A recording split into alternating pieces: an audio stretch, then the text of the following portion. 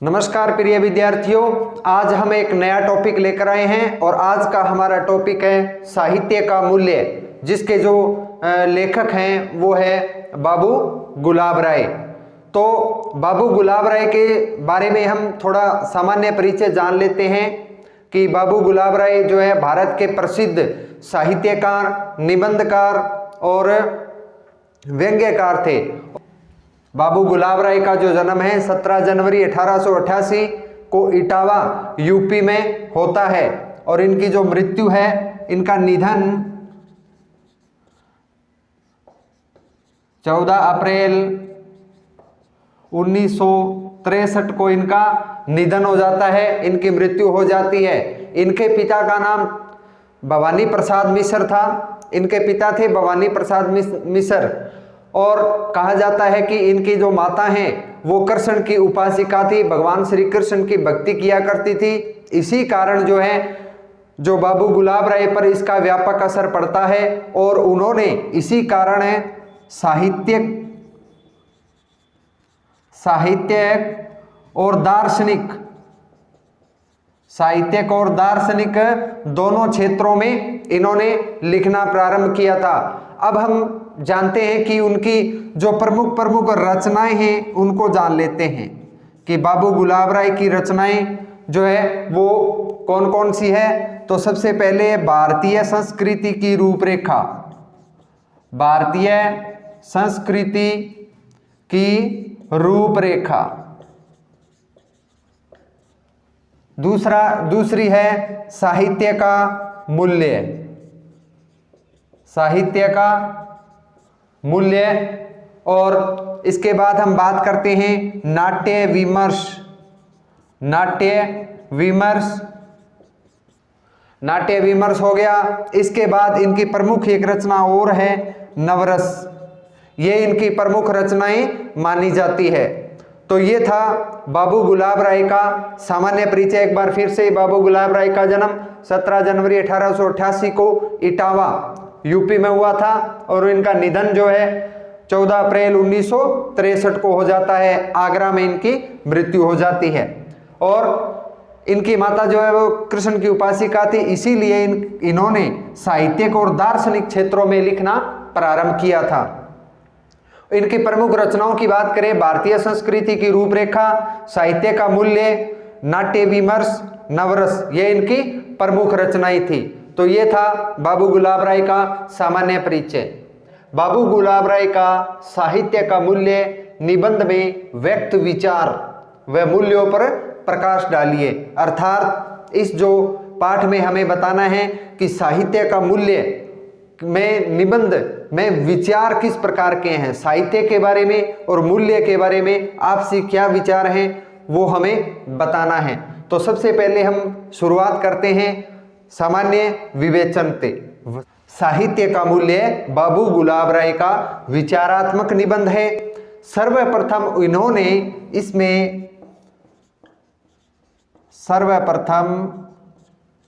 इन्होंने मूल्य शब्द का अर्थ बताया, मूल्य का सामान्य अर्थ बताया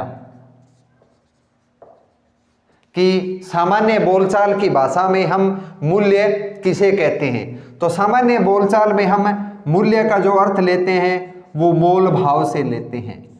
मोल भाव जो कि आर्थिक व्यंजना से युक्त है, जो कि आर्थिक व्यंजना से युक्त है, यानी इसका धन से संबंधित हम लेंगे। अर्थ जो है, इसका अर्थ जो है वो मोल भाव लिया जाता है सामान्य तौर पर अगर हम बात करें मूल्य की। और साथ ही साथ इन्होंने जो साहित्य के संबंध में जो मूल्य का अर्थ बताया, साहित्य के संबंध में इसका मूल्य जो होगा वो गहरा होगा, व्यापक होगा और इसका अर्थ है वो गूढ़ होगा और विस्तृत होगा। अर्थात बाबू गुलाब राय ने जो साहित्य का जो मूल्य है उसके संबंध में, साहित्य के संबंध में मूल्य का जो विचार बताया वो गहरा बताया। गहरा होता है, व्यापक होता है, गूढ़ होता है और विस्तृत प्रकार का होता है। जबकि हम अगर सामान्य तौर पर अगर बात करें, मूल्य शब्द का अर्थ जो है वो मोल भाव से लेते हैं और जो कि आर्थिक व्यंजना से युक्त माना जाता है। लेकिन अगर हम बात करें कि भारतीय साहित्य में जो मूल्य होता है उसका अर्थ प्रयोजन से लिया जाता है, जिसमें क्या हो, एक हित होता है, एक उद्देश्य उसमें निहित होता है। उद्देश्य होता है, एक इसमें हित होता है, प्रयोजन से लिया जाता है। भारतीय साहित्य में मूल्य का जो अर्थ है वो प्रयोजन से लिया जाता है, यानी इसमें किसी उद्देश्य का निहित हो, कोई उद्देश्य हो उसमें, उसे लिया जाता है। और साथ ही साथ इन्होंने बताया कि साहित्य जो है वो मानव जीवन के लिए उपयोगी है। जो भारतीय जो साहित्य है वो मानव जीवन के लिए उपयोगी है और इसी से हमारे जो उच्च आदर्श होते हैं उनकी रक्षा होती है। यानी भारतीय साहित्य से क्या होता है, उच्च जो हमारे आदर्श हैं, आदर्श की रक्षा होती है। यानी हम अच्छे साहित्य का ज्ञान प्राप्त करेंगे, उसको पढ़ेंगे तो हमें उच्च आदर्शों में जीने की उसमें आकांक्षाएं मिलेगी, तमन्नाएं मिलेंगी और उच्च आदर्श की उसमें रक्षा हो सकेगी। तो ये था सामान्य विवेचन। साहित्य का मूल्य सामान्य विवेचन जान लेने के बाद सबसे पहला जो हमारा बिंदु है वो है मूल्य और प्रयोजन। बाबू गुलाब राय ने मूल्य और प्रयोजन में इस निबंध में क्या हमें अंतर बताया वो जान लेते हैं। तो मूल्य शब्द का जो सामान्य अर्थ होता है, सामान्य अर्थ है मोल भाव। मोल भाव है जो कि अर्थ से संबंधित है, अर्थात धन से संबंधित है, वो माना जाता है। और साथ ही साथ इसे अंग्रेजी में अगर हम बात करें तो वैल्यू कहा जाता है। अंग्रेजी में इसे वैल्यू कहा जाता है, जबकि अंग्रेजी में जो वैल्यू कहा जाता है इसका अर्थ और अधिक व्यापक हो जाता है। अर्थ क्या हो जाता है, व्यापक हो जाता है। अर्थ इसका व्यापक हो जाता है वैल्यू के संबंध में। और यही जो है हिंदी में क्या है, मूल्य मोल भाव है, जो कि आर्थिक व्यंजना से युक्त है, धन के संबंध में इसका अर्थ लिया जाता है। और बाबू गुलाब राय ने कहा कि यह क्रय विक्रय मोल भाव से संबंधित है। क्रय विक्रय और मोल भाव से संबंधित है, इसका जो अर्थ है वो लिया जाता है। और अंग्रेजी में वैल्यू का इसका अर्थ लिया जाएगा, जो कि मूल्य की अपेक्षा क्या होगा, अधिक व्यापक होगा। मूल्य की अपेक्षा और अधिक व्यापक हो सकेगा। और इसी के साथ उन्होंने जो प्रयोजन के संबंध में क्या बताया, बाबू गुलाब राय ने प्रयोजन के संबंध में बताया कि यह मूल्य शब्द सहित से लिया गया है। सहित से लिया गया है, यानी इसमें से प्लस हित के योग से यह बना है, जो कि किसी निश्चित उद्देश्य को इंगित करता है, निश्चित उद्देश्य की ओर वो बढ़ता है। यह मूल्य शब्द जो है सहित शब्द से बना है। और भारतीय साहित्य में इसको क्या कहा गया है, प्रयोजन। किसमें कहा, भारतीय साहित्य में जो है इसको प्रयोजन कहा गया है। प्रयोजन का अर्थ होता है किसी उद्देश्य सहित, जिसमें कोई निश्चित उद्देश्य हो। अब साहित्य के मूल्य में क्या उद्देश्य हो सकते हैं, वो उद्देश्य हैं हमारे जीवन आदर्श, जो उच्च आदर्श हैं वो हमारे लिए किस प्रकार उपयोगी हो सकते हैं, कैसे उपयोगी है साहित्य हमारे लिए, वो इसमें बताया गया है। तो ये थे मूल्य और प्रयोजन के संबंध में बाबू गुलाब राय के विचार। इसके बाद जो दूसरा बिंदु बनता है इस विचारात्मक निबंध में, दूसरा बिंदु जो है उसमें कहा है मूल्य शब्द पर विचार किया है। मूल्य जो शब्द है उस पर विचार किया गया है। और मूल्य जो शब्द है उसका सामान्य तौर पर हम इसे किसी मूल्यवान वस्तु से लेते हैं। मूल्य शब्द का अर्थ मूल्य मूल्यवान वस्तु से इसका अर्थ लिया जाता है।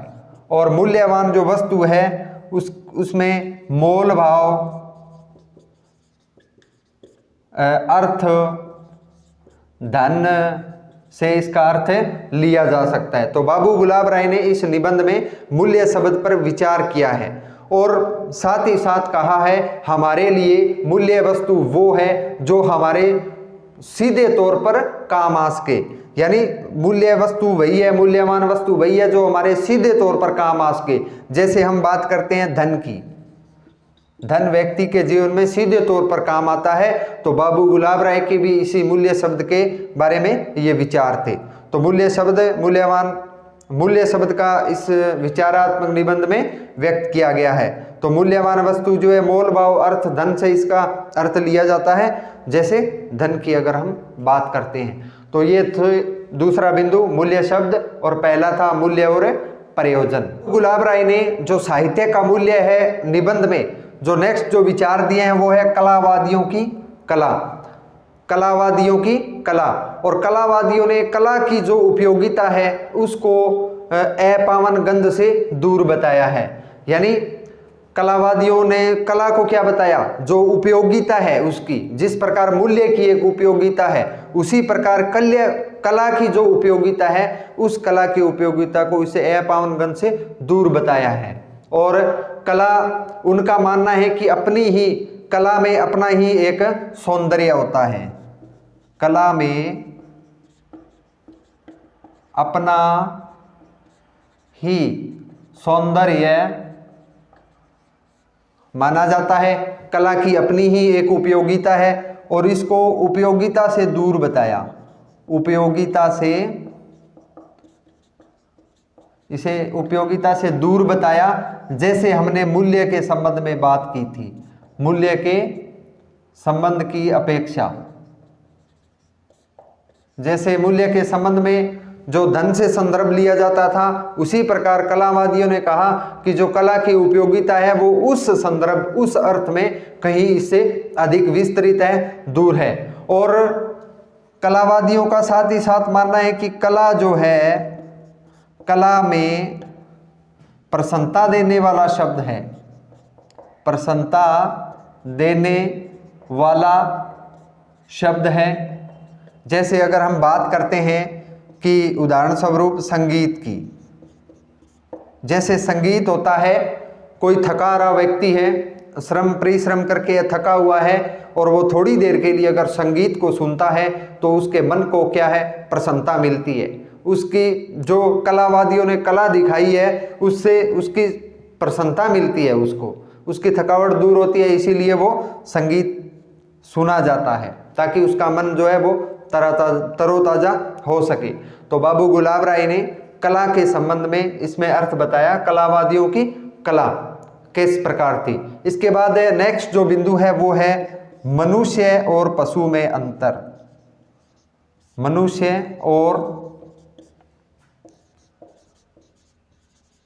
पशुओं में अंतर।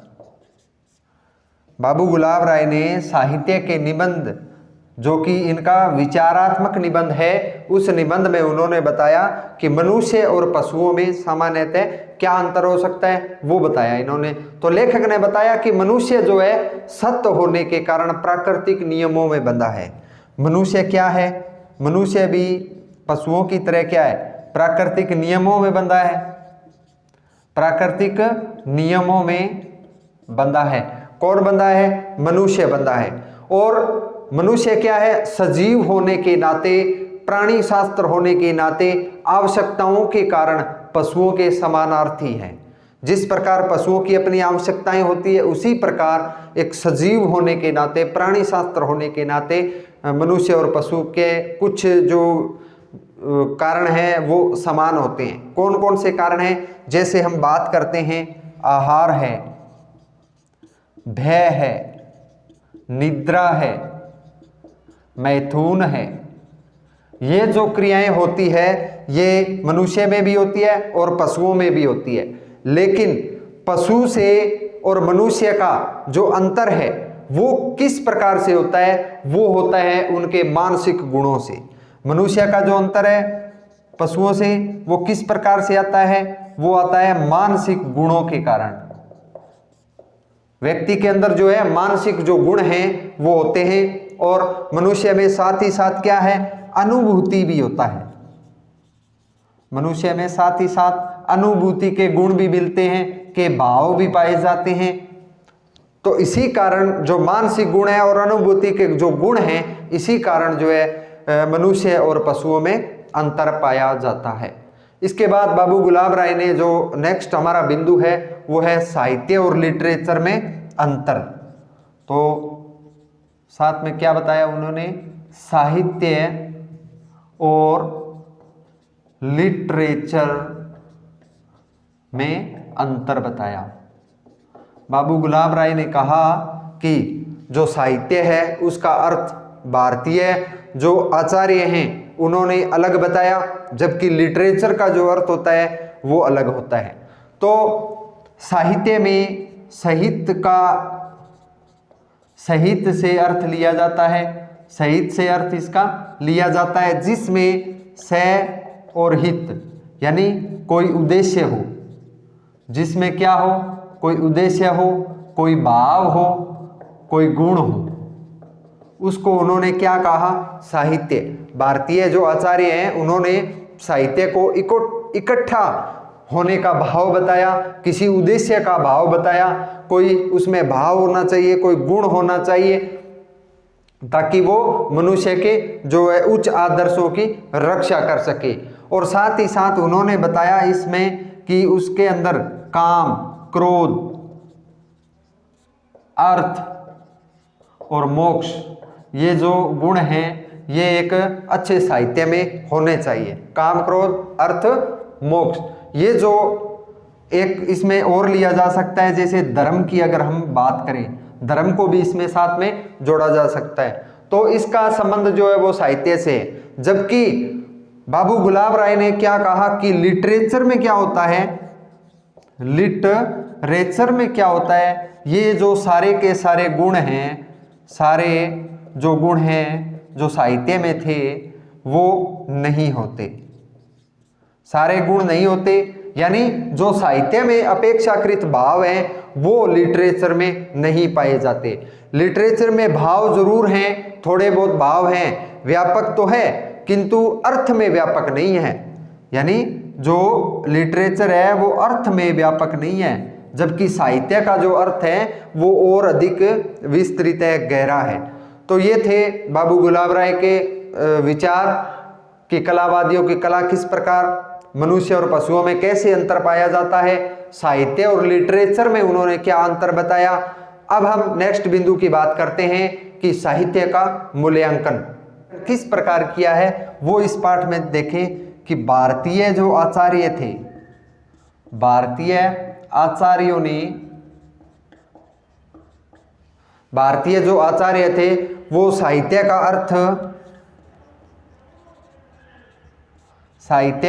अर्थ साहित्य से लेते थे।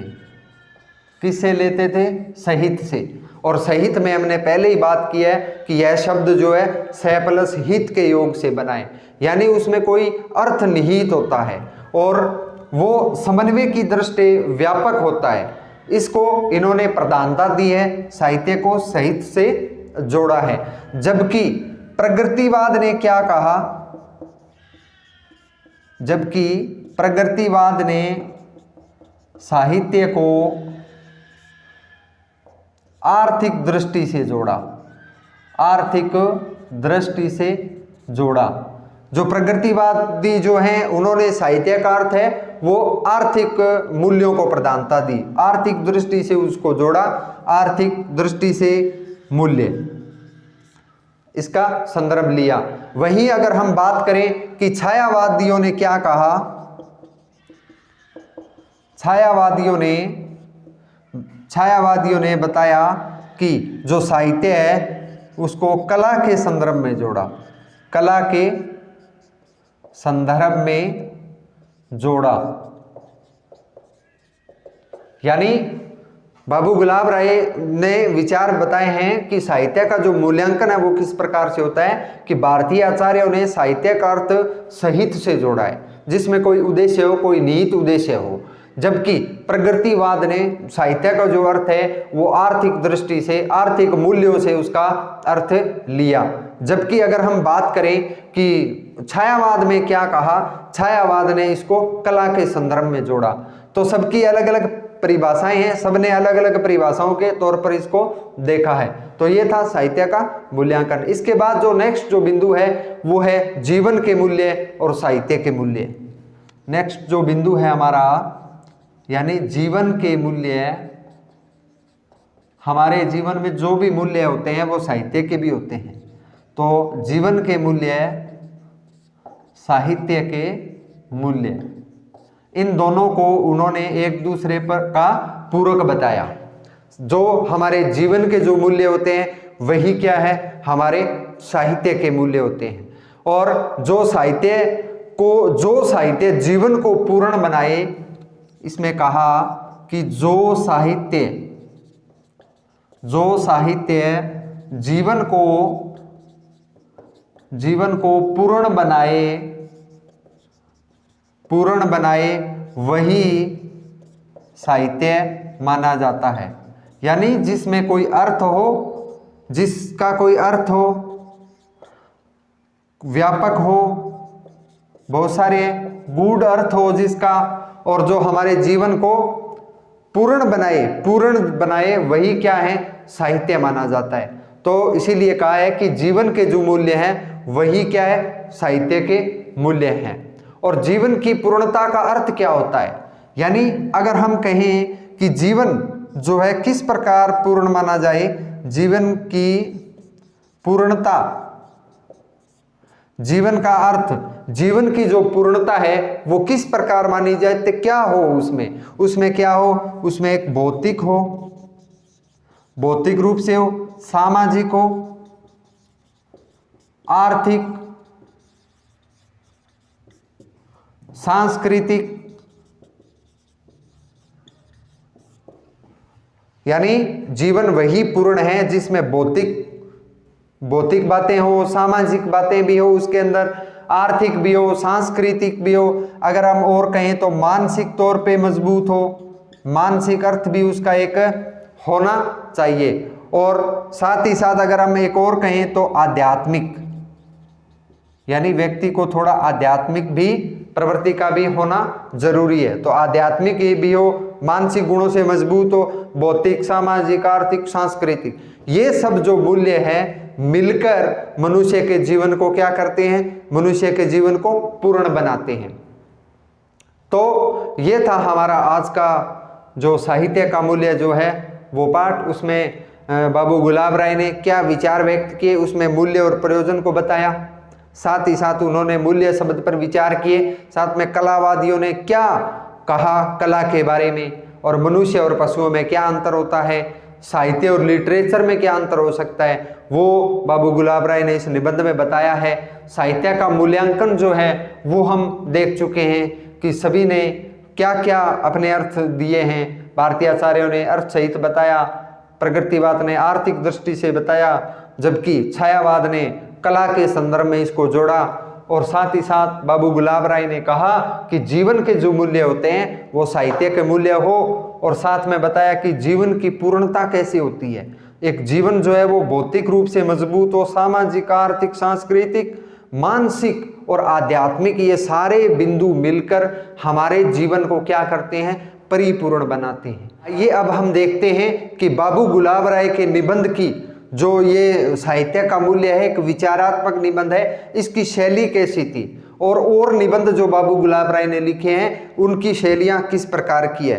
तो सबसे पहले हम इस निबंध की बात करते हैं तो भाषा, इसकी भाषा कैसी है, इसकी भाषा है सरल और सहज, जिसमें प्रसाद गुण है, जिसमें प्रसाद गुण है।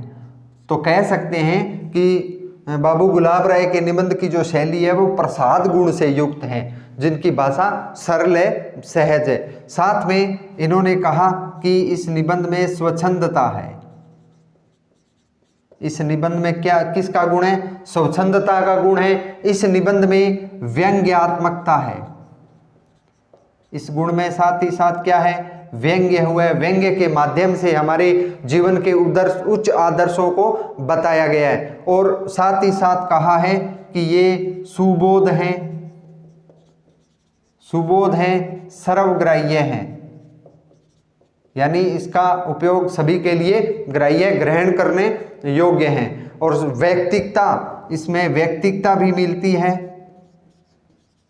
इसमें व्यक्तिकता का गुण भी इसमें पाया जाता है। यह जो विचार है वो विषयानुकूल है, विषयानुकूल है, यानी विषय के बिल्कुल अनुकूल है। सरल अभिव्यंजना पद्धति है, सरल अभिव्यंजना पद्धति है, सरल अभिव्यंजना पद्धति है। और साथ में इसकी जो शैली है वो व्याख्यात्मक है, व्याख्यात्मक शैली में यह लिखा गया है। तो ये था बाबू गुलाब राय के निबंध की शैली, यानी इसकी भाषा प्रसाद गुण से युक्त है, स्वच्छंदता है, व्यंग्यात्मकता का बोध हुआ है, सुबोध सर्वग्राह्य है, व्यक्तिकता है, विषयानुकूल है, साथ ही साथ सरल अभिव्यंजना पद्धति इसमें अपनाई गई है और यह व्याख्यात्मक रूप से है। तो प्रिय विद्यार्थियों, इस प्रकार आज का हमारा जो चैप्टर है साहित्य का मूल्य विचारात्मक निबंध है, जो कि बाबू गुलाब राय द्वारा रचित था, उनके द्वारा लिखा गया था। तो आज का हमारा चैप्टर पूर्ण होता है। धन्यवाद।